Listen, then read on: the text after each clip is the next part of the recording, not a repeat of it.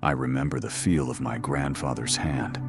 It was a map of a life well lived, with calloused palms from a lifetime of building and fixing, and veins that rose like rivers over a landscape of softened, paper-thin skin. In his final days, holding that hand felt less like a simple touch and more like holding a precious, weighty story, a story that was nearing its final chapter.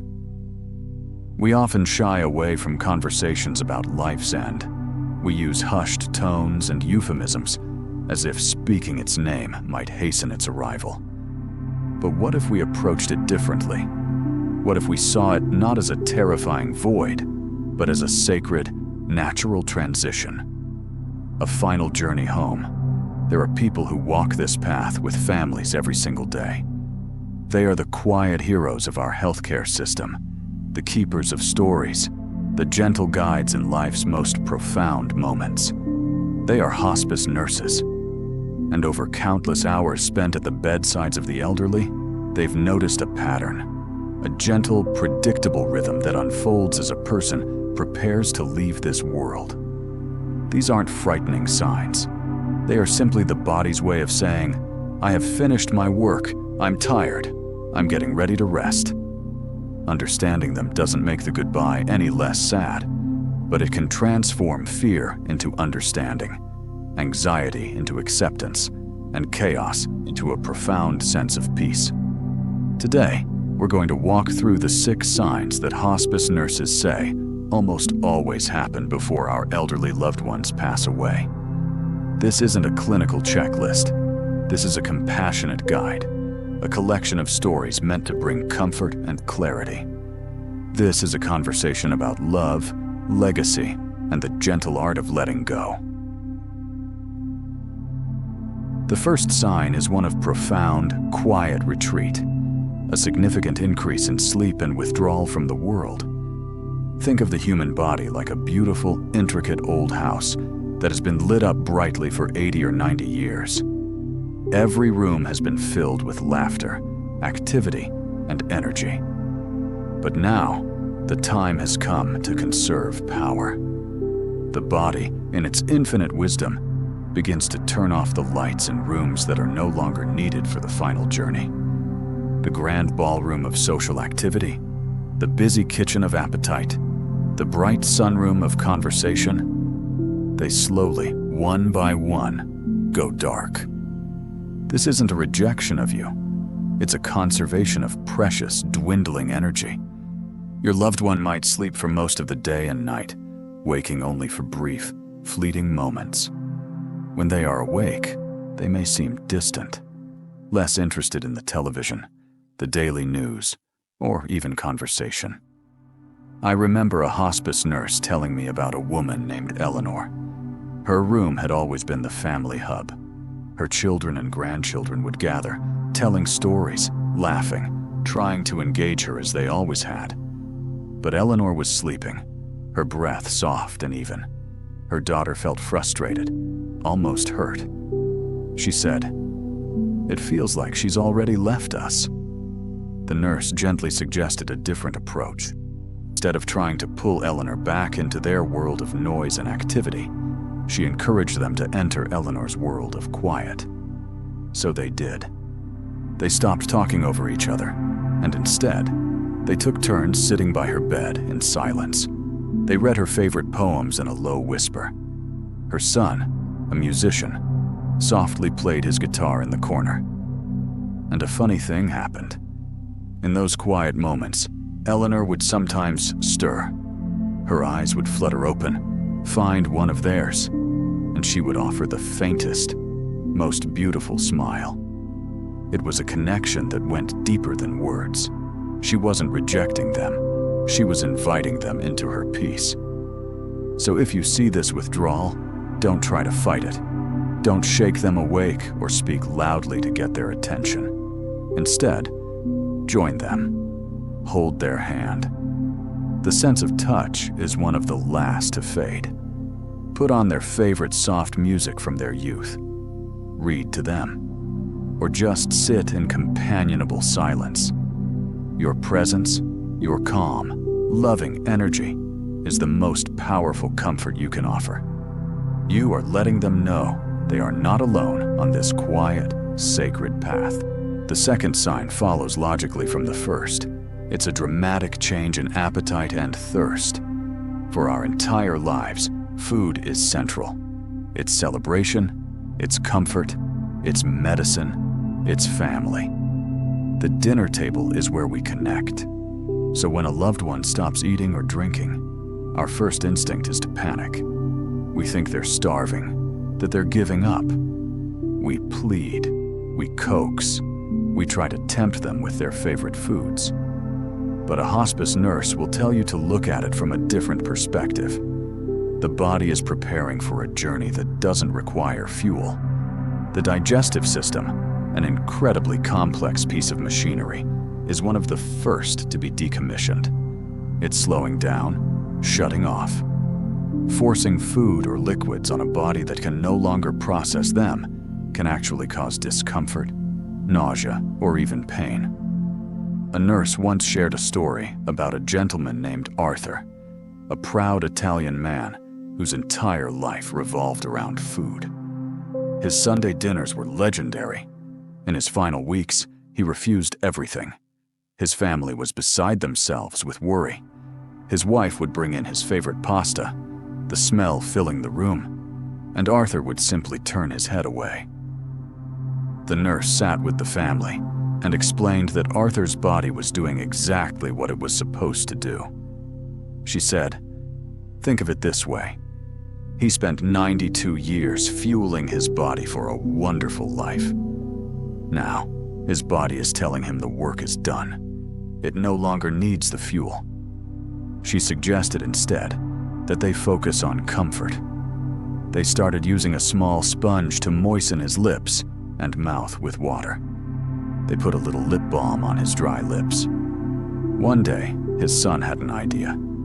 He brought in a small cup of crushed ice, flavored with a drop of lemon, just like Arthur used to enjoy on a hot day. He gently placed a tiny spoonful on his father's tongue. Arthur didn't swallow, but he closed his eyes, and a look of contentment washed over his face.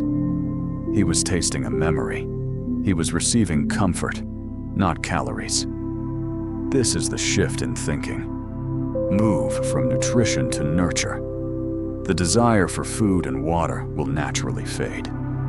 Your role is not to force it, but to provide gentle mouth care and the simple comfort of a moist lip or a cool touch. You are honoring what their body is telling you. The third sign can be one of the most alarming for families if they aren't prepared for it. It involves changes in breathing patterns. The rhythm of our breath is the rhythm of our life. Steady, constant, reliable. When that rhythm changes, it feels deeply unsettling. As a person nears the end of life, their breathing can become irregular. It might become very shallow, followed by periods of deep, rapid breaths. There is a specific pattern many hospice nurses see, called Cheney-Stokes breathing. It's a cycle where the breath becomes progressively deeper, then shallower, and is followed by a pause, a period where breathing might stop entirely for anywhere from 5 to 30 seconds. For a family member watching, that pause can feel like an eternity. It can induce panic. You might think, this is it, they're gone. And then a breath is taken, and the cycle begins again. It's helpful to have an analogy. Think of the breathing not as a failing machine, but as the tide. For a lifetime, the tide has been regular. Now, as it prepares to go out for the final time, its rhythm changes. Some waves are big, some are small, and sometimes the water is perfectly still before the next movement begins. The stillness is part of the pattern. It is not the end of the ocean. Hospice nurses spend a lot of time reassuring families that this is a normal, expected part of the dying process. It is generally not a sign of distress for the person experiencing it. It is an indication that the body's internal thermostat, the part of the brain that regulates automatic functions, is shutting down. A family was gathered around their matriarch, a woman named Sarah. Her breathing had taken on this unsettling pattern of pause and gasp. Every time she paused, her children would tense up, their own breath catching in their throats. It was a room filled with love, but also with intense anxiety. The hospice nurse encouraged them to breathe with her. She said, "When her breathing is fast, you stay slow and calm. Your calm is a gift to her. When she pauses, don't hold your breath in fear. Instead, use that moment of silence. Use it to whisper, 'I love you.' Use it to say, 'It's okay to go.' Transform that scary silence into a sacred space." They started doing it. In the pauses, her son would say, "We're all here, Mom." Her daughter would whisper, "We'll be okay. We love you." The entire feeling in the room shifted from fear to a loving, peaceful farewell. If you witness these breathing changes, try to remain calm. Your peace is contagious. You can raise the head of the bed slightly to make breathing easier. You can hold their hand. And you can use those quiet moments to say the things that are in your heart. It is in sharing these quiet moments that we find our shared humanity. If these stories have stirred a memory or a feeling in you, I warmly invite you to share your own thoughts or experiences in the comments below. This is a community built on compassion and understanding, a safe space to remember and to connect. Now for the fourth sign. This one can be confusing and emotionally challenging for families. It's often referred to as terminal restlessness or agitation. Just as the body is sorting itself out, the mind is doing the same. A person who has been calm and sleeping for days might suddenly become agitated. They might try to get out of bed, pull at their clothes or bedding, or seem distressed. They may also experience confusion or hallucinations, speaking to people who aren't in the room. It's easy to interpret this as a sign of pain or suffering, and that can be very hard to watch. While it's always important to rule out pain, hospice nurses often see this as something else.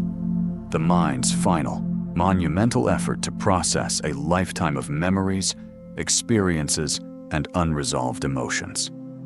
Imagine a vast library where every book is a memory. For a lifetime, those books have been neatly organized on the shelves.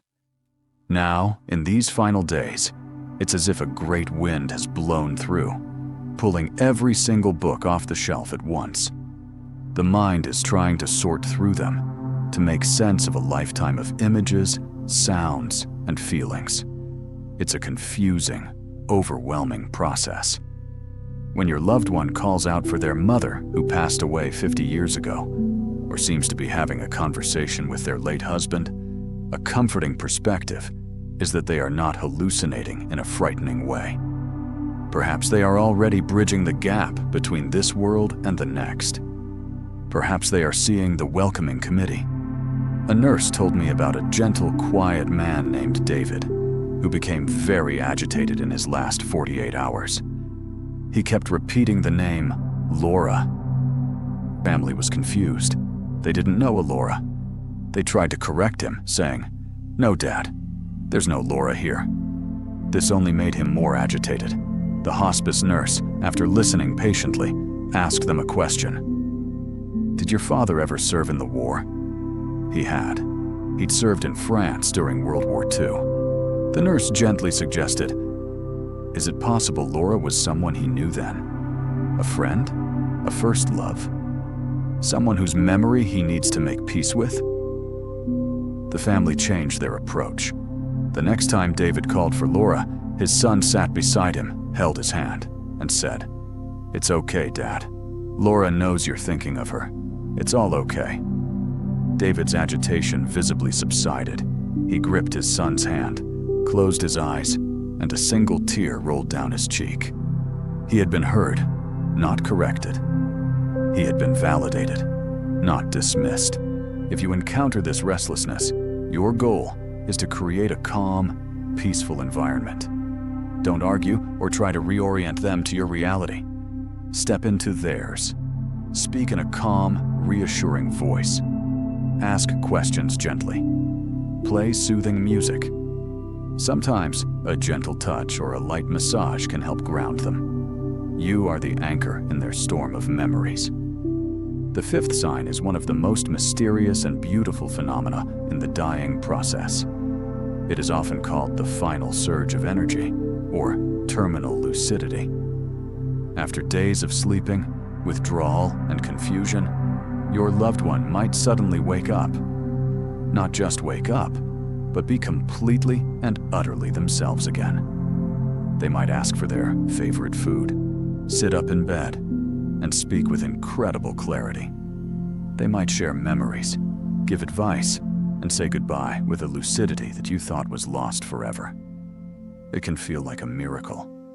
Families often think, "He's getting better. He's turned a corner." They feel a surge of hope. Hospice nurses have the gentle but difficult job of explaining that this is often not a sign of recovery, but rather a final, beautiful gift. Think of it like a sunset. All day, the sun has been arcing across the sky. As it nears the horizon, it begins to fade.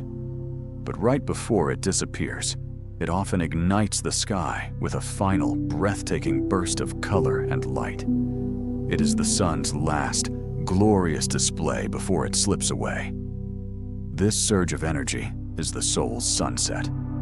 There are countless stories of this. A grandmother who hadn't spoken a coherent sentence in a week, suddenly waking up and asking her granddaughter about her final exams, telling her she was proud of her. A father who had been unresponsive, suddenly opening his eyes, looking at each of his children, and saying, "I love you," one last time before falling back into a deep sleep. This surge can last for a few minutes, or in rare cases, a few hours. It is an unexplainable, profound window of opportunity. It's a chance for closure, for final words, for a last moment of true connection. If this happens, the advice is simple. Cherish it. Put everything else aside and be present. This is the gift. Listen to what they have to say. Answer their questions. Hold their hand and look into their eyes. Accept the miracle of this moment for what it is. A final, loving, conscious goodbye. It is a memory that will carry you through the grief to come. If this guidance has been helpful to you, and you believe it could bring comfort to someone else, please consider sharing this video. And if you'd like to continue exploring life's most meaningful topics with us, a subscription to our channel ensures you won't miss a thing. Your support allows us to create more content like this. Finally, we arrive at the sixth sign. These are the physical changes that indicate life is drawing to a close, often within hours or minutes. As the body systems shut down, circulation slows and pulls away from the extremities to support the vital organs at the core. This leads to noticeable changes. The hands and feet may become cool to the touch. The skin, particularly on the knees, feet, and hands, might develop a purple, blotchy, or mottled appearance. This is called mottling, and it's a very common and natural sign. The person's skin color may also change, becoming paler or developing a yellowish or bluish tinge.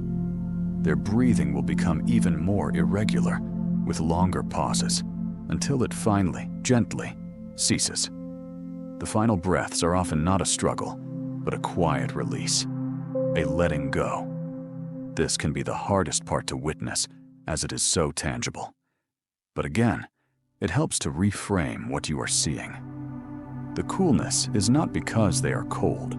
It's because their life energy is consolidating, drawing inward to its very center, like the last glowing embers of a magnificent fire. The mottling is not a bruise or a sign of pain. It is simply a map of the body's blood flow making its final retreat.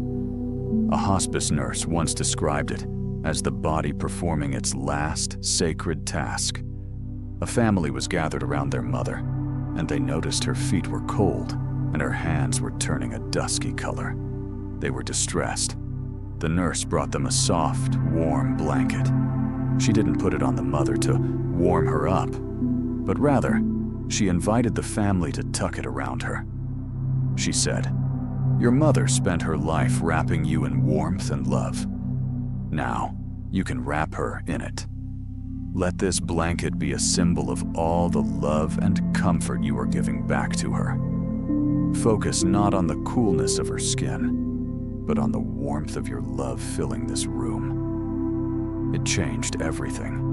They began to gently stroke her arms and talk to her, telling her how much she meant to them. They were no longer afraid of the physical signs because they saw them for what they were, the final brushstrokes on the masterpiece of a completed life.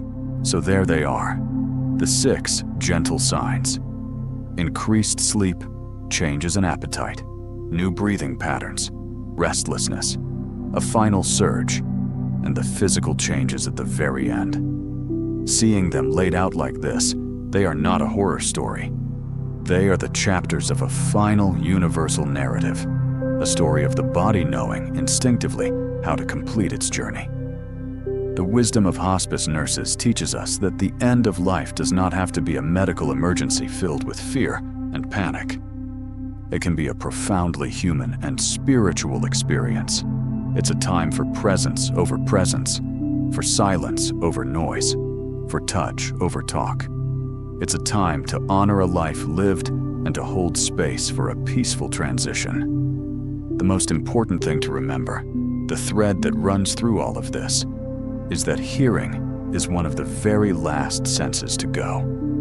Even when your loved one seems unresponsive, asleep, or far away, they can likely hear you. They can hear your words of love, of gratitude, of reassurance. They can hear you giving them permission to go when they are ready. So speak from the heart. Tell your stories. Say your goodbyes. The body may grow quiet, the breath may cease, but the love that surrounded a life and the memories that were made, that sound never truly fades.